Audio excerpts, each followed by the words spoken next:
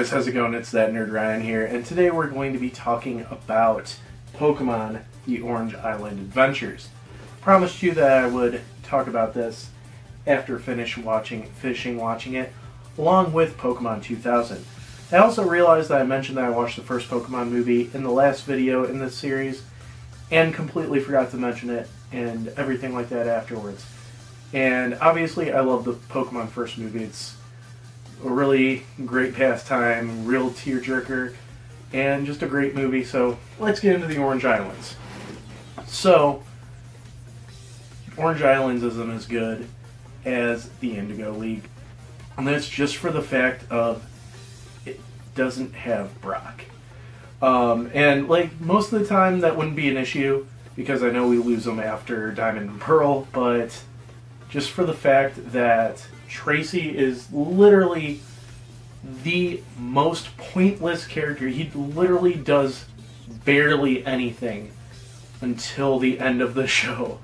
I've always I've always had a stigma against Tracy and everything like that.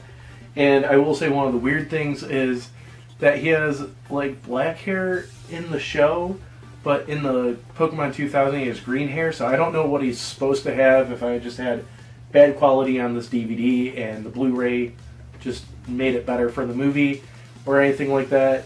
But yeah, there was just some weird stuff. And there's also one episode that's very strange that I actually posted on TikTok talking about it. So make sure you follow me on TikTok.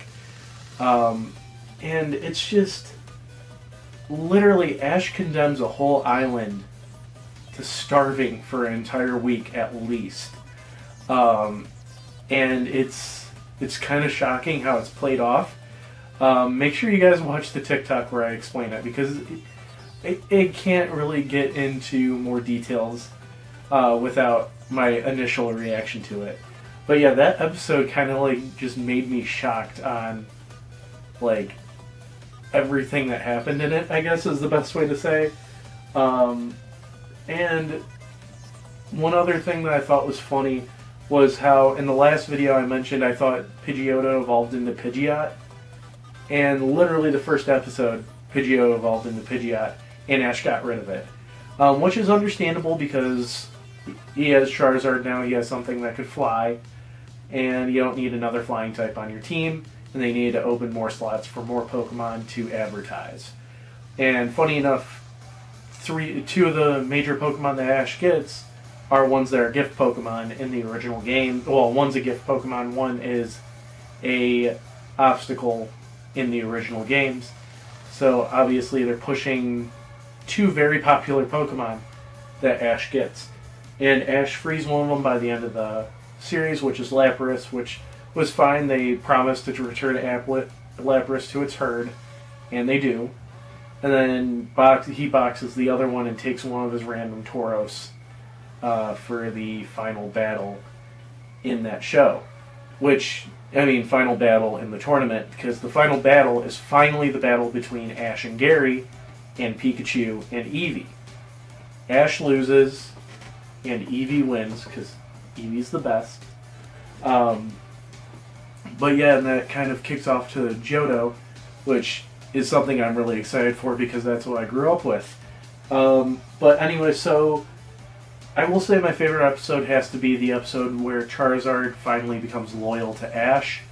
That was just something that I remembered watching as a kid, and rewatching it now, it just brought back so much nostalgia. My least favorite episode has to be the one that I posted about on TikTok, where there is the island that has not been getting food, and by the end of it, Snorlax eats all the food that comes in. And at one point, Ash even admits that he doesn't care if the people starve, which is by far messed up. But yeah, so all in all, the Orange Island, out of 10, I give it a 7. And Pokemon 2000, let's talk about that now.